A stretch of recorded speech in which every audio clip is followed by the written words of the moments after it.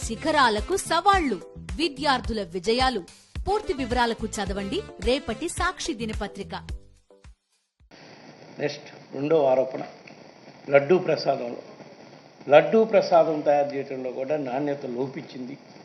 దాంట్లో కూడా వాడే ఘీ నాణ్యత లేని ఘీ వాడుతున్నామని చెప్పి నేను ఇందాకనే చెప్పాను. ఘీ నాణ్యత కోసం అని చెప్పి ఇదివరకు ఒక ల్యాబ్ ఉండేది. మేము మా ప్రభుత్వం అధికారంలోకి రాకముందు ఆ ల్యాబ్ వాళ్ళు every time 2 times 3 times check చేసినాకనే మనకి ట్యాంకర్స్లో వస్తుంది లడ్డూ తయారీ ఘీ మొత్తం. అది టెస్టులు చేసినాకనే క్వాలిటీ బాగుంటేనే అన్లోడ్ చేస్తారు, లేకపోతే రిటర్న్ పంపిస్తారు.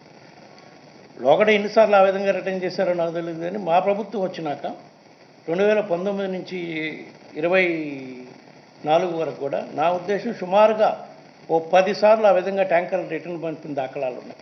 ఎందుకు క్వాలిటీ బాగాలేక.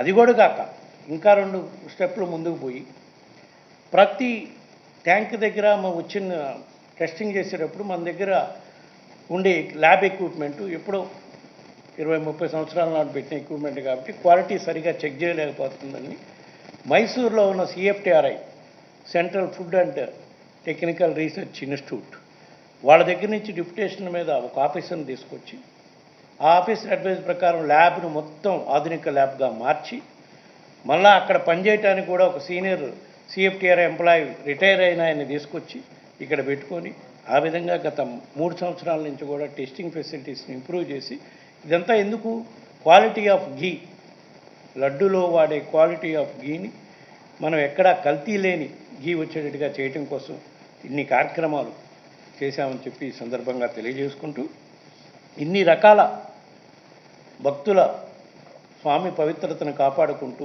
భక్తులకు ఎక్కడ అసౌకర్యం కాకుండా ఇన్ని కార్యక్రమాలు చేసిన మా ప్రభుత్వంపై మా పార్టీపై ఇంత ఘోరమైన ఎందుకు మోపారు ఈ నెపం అంటే ప్రజల దృష్టిలో మేము దుష్ప్రచారం చేసి నమ్మించే కార్యక్రమం చేయాలని చూస్తున్నాడు. ఇది చాలా నీచమైన ఆరోపణ. దీనిపై వాళ్ళు చంద్రబాబు నాయుడు గారికి ఎవరైతే మాట్లాడారో దీనిపై వాళ్ళు స్పందించాలి. వాళ్ళ దగ్గర ఏమైనా ఆధారాలు ఉంటే నిరూపించాలి. లేకపోతే తప్పకుండా దీనిపై డిఫమేషన్ కేసేసేదానికి అన్ని విధాల ఏర్పాట్లు చేస్తాం. ఇక్కడేదో మన హైకోర్టులోనో ఇంకో హైకోర్టులోనూ కాకుండా, ఎందుకంటే స్వామివారి భక్తులు ప్రపంచవ్యాప్తంగా ఉన్నారు కాబట్టి దీన్ని అవసరమైతే సుప్రీంకోర్టులో కూడా దీనిపై కేసేసే కార్యక్రమం చేస్తామని చెప్పి ఈ సందర్భంగా తెలియజేసుకోవాలి. ఇవే కాదు, ఇట్లా ఆరోపణ చేసేదానికి ఆలోచిస్తున్నారు. కానీ గత 5 సంవత్సరాల్లో మా ప్రభుత్వం చేసిన మెరుగైన కార్యక్రమాలు తిరుమల తిరుపతి దేవస్థానంలో ఎన్నో ఉన్నాయి. అవన్నీ పక్కన పెట్టి వీళ్ళు దుష్ప్రచారం చేయటం కోసం, మా మీద నింద మోపటం కోసం, రాజకీయ లబ్ధి కోసం, స్వార్థ ప్రయోజనాల కోసం ఆరోపణలు చేసే కార్యక్రమం, ఇంతటి ఘోరమైన ఆరోపణలు చేసే కార్యక్రమం చేస్తున్నారని చెప్పి తెలియజేసుకుంటున్నా. అదేవిధంగా vigilance commission, vigilance and enquiry department అని నోటీసులు ఇచ్చారు మాకు అందరికీ. మాకు ఇచ్చారు, మిగతా ఆఫీసర్లు కూడా ఎవరెవరికి ఇచ్చారో నాకు తెలియదు. ఇచ్చినప్పుడు మేము చెప్పాం, ఆ ఆఫీసర్లు మాకు రాస్తున్నారు, మా దగ్గర మెటీరియల్ ఉంటుంది. నేను ఎప్పుడో 3 సంవత్సరాలు 4 సంవత్సరాలు చైర్మన్గా ఉన్నా. వాళ్ళ దగ్గర అడిగిన ఇన్ఫర్మేషన్ నా దగ్గర ఉండదు. రికార్డు ఏదైనా పంపిస్తే ఏ నిర్ణయమైనా ఎట్లా తీసుకున్నామో ఏందో చెప్తామంటే మాకు ఇన్ఫర్మేషన్ ఇయ్యరు. ఇవన్నీ బోర్డు డిసిషన్స్, బోర్డులో డిసిషన్ ప్రతి నిర్ణయం బోర్డులో తీసుకుంది. బోర్డు సభ్యులతో పాటు ఎక్స్కప్షో మెంబర్స్ గవర్నమెంట్ సైడ్ నుంచి ఉన్నారు. అన్నీ తీసుకున్నాం, అన్ని నిర్ణయాలు తీసుకోవడం జరిగింది. ఇంప్లిమెంట్ చేసే ఆఫీసర్లు వాళ్ళ ప్రేమ ఏమి లేకుండా పేపర్లో వస్తుంది. నిన్నో మొన్నో ఒక పేపర్లో విజిలెన్స్ రిపోర్ట్ అయిపోయింది, 520 కోట్ల రూపాయల దోపిడీ జరిగింది అని చెప్పి పేపర్ రైటింగ్ వస్తుంది. సో ఏ స్థాయిలో దుష్ప్రచారం చేసే కార్యక్రమం చేస్తున్నారంటే చూడండి. దాని మీద కూడా ఈరోజు కోర్టుకు వెళ్తున్నాం. సో వీటన్నిటిపై నిగ్గు తేల్చే కార్యక్రమం చేస్తాం. దీనిపై తక్షణమే ముఖ్యమంత్రి చంద్రబాబు నాయుడు గారు ఆయనకి మతి భ్రమించి మాట్లాడారా, కావాలని మాట్లాడారా, ఇంత ఘోరంగా మాట్లాడటం అనేది ప్రజలెవరూ కూడా తట్టుకోలేకపోతున్నారు. మరీ ముఖ్యంగా హిందువులు తట్టుకునే పరిస్థితి కూడా లేదు. దీనిపై వాళ్ళు సమాధానం చెప్పాలని చెప్పి ఈ సందర్భంగా కోరుకుంటున్నాను.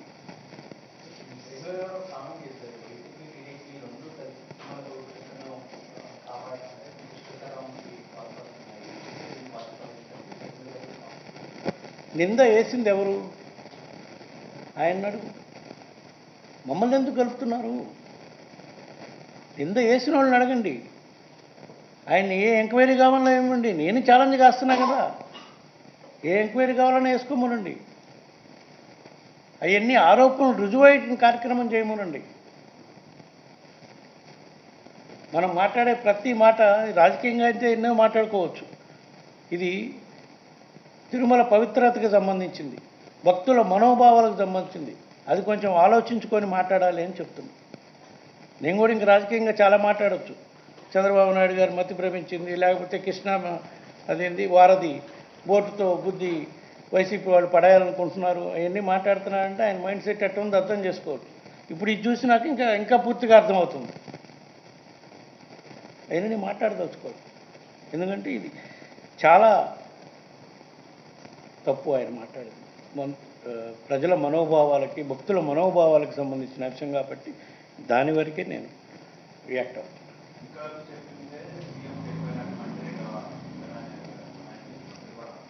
అధికారులు చెప్పని, ఎవరైనా చెప్పని, మనం మాట్లాడేటప్పుడు బాధ్యతమైన పదవిలో ఉన్నప్పుడు దానికి బాధ్యత నువ్వు తీసుకోవాలి. మాట్లాడింది నువ్వా అధికారా? ఇప్పుడు నేను ఎందుకు బాధ్యత తీసుకొని చెప్తున్నాను? నేను 4 సంవత్సరాలు చైర్మన్గా ఉన్నా కాబట్టి నేను బాధ్యత తీసుకుంటున్నా. ప్రూవ్ చేయండి అని చెప్తున్నా కదా. ఇటువంటి నీచమైన కార్యక్రమం తిరుమల తిరుపతి దేవస్థానంలో మా ప్రభుత్వం అధికారంలోకి వచ్చినాక ఎప్పుడు జరగలేదు. 5 సంవత్సరాల్లో ఛాలెంజ్ కాస్తున్నాను నేను. చంద్రబాబు నాయుడు గారిని రమ్మనండి, రుజువు చేయమనండి. ఆయన అధికారంలో ఉన్నాడు, ఏ ఎంక్వైరీని వేసుకోమనండి. కూటమి ప్రభుత్వం, ఢిల్లీలో కూడా వాళ్ళదే ప్రభుత్వం, ఏ ఎంక్వైరీని వేసుకోమనండి. మేము రెడీగా ఉన్నాం. లేని పక్షంలో మేము న్యాయ పోరాటానికి సిద్ధమవుతాం తప్పకుండా. ఎందుకంటే 2 కారణాలు, రాజకీయ లబ్ధి కోసం కాదు, తిరుమల పవిత్రతను కాపాడటం కోసం మేమెంతా మెరుగ్గా సేవ చేశాం. అదేవిధంగా ప్రపంచవ్యాప్తంగా ఉన్న హిందూ భక్తుల మనోభావాలు దెబ్బతినే కార్యక్రమం జరుగుతుంది కాబట్టి దీన్ని తెలియజేయాల్సిన అవసరం మాపై ఉంది. దానికోసమే న్యాయస్థానానికి పోయి కేసేసే కార్యక్రమం కూడా చేస్తాం. అవసరమైతే డిఫమేషన్ కేసు కూడా వేసే కార్యక్రమం.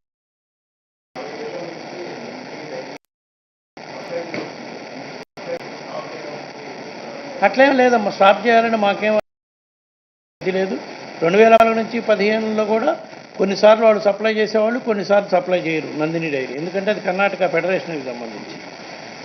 మా ప్రభుత్వం అధికారంలోకి వచ్చినా కూడా కొన్నిసార్లు వాళ్ళు సప్లై చేశారు. అంటే పేర్లు వాటి జోలికి పోకూడదు. అనేది టెండర్ సిస్టమ్, నేను ట్రాన్స్పరెన్సీగా పోవాలని టెండర్ సిస్టానికి డివేట్ కాదలుచుకోవాలి. వాళ్ళు టెండర్ సిస్టంలో పార్టిసిపేట్ చేయడానికి కొంత ఎస్టేట్ చేశారు. దానికి కారణం వాళ్ళు చెప్పిన కారణాలు, వేరే కారణాలు ఉన్నాయి. అవన్నీ ఇప్పుడు మనం మాట్లాడుకోవటం కరెక్ట్ కాదు. బట్ సప్లయర్స్ ఎవరు అనేది కాదు, మనకి నాణ్యమైన గీ వస్తుందా రాదా, నాణ్యమైన గిలి సప్లై జరుగుతుందా లేదా.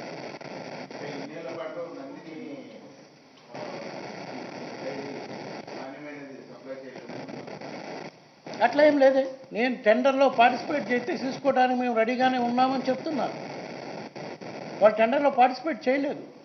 1-2 సార్లు పార్టిసిపేట్ చేశారు. మా ప్రభుత్వం వచ్చినప్పుడు కూడా కొన్నాళ్ళు సప్లై చేశారు. మేమేం వాళ్ళని టెండర్లో పార్టిసిపేట్ చేయొద్దని కానీ బ్యాన్ కానీ ఏం చేయలేదు.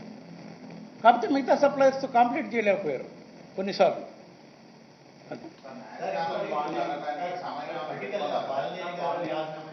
రాజకీయాలు నేను మాట్లాడనని చెప్పాను. ఇది కేవలం ఏ దురుద్దేశంతో చంద్రబాబు నాయుడు గారు మాట్లాడారో ఆ సబ్జెక్టుకే పరిమితం. Let him complete. I will give. చూద్దాం, ఇమీడియట్గా ఆ కార్యక్రమం కూడా చేస్తాం. ఎందుకంటే లేట్ కాకూడదు ఇట్లాంటి విషయాల్లో. ఎందుకంటే భక్తుల మనోభావాలకు సంబంధించిన విషయం కాబట్టి. ఎందుకంటే రకరకాలుగా ఫోన్లు చేసి అడిగేవాళ్ళు, వాళ్ళందరికీ కూడా మనం సమాధానం చెప్పే కన్నా డైరెక్ట్గా కోర్టుకు వెళ్తేనే better. Right. Chandrababu Naidu is not alone in making allegations. Rather, BJP is also supporting those. So, what's your say on that? That's what I'm telling both of them in power here and Delhi. Let them call for an inquiry, whatever they want. Agency or state agency, let them call for inquiry. I am ready to face, we are ready to face. Otherwise, we will go to the court. Would you say it's going to be divided rule politics they are playing? Not divide rule, it is to divert their failures they were planning to do. It has been completed almost 100 days. They are celebrating heavily, but they have nothing achieved in these 100 days. Whatever promises they have made, they have not fulfilled, not even, except mention. That is the reason they are trying to divert the issue like this. Thank you.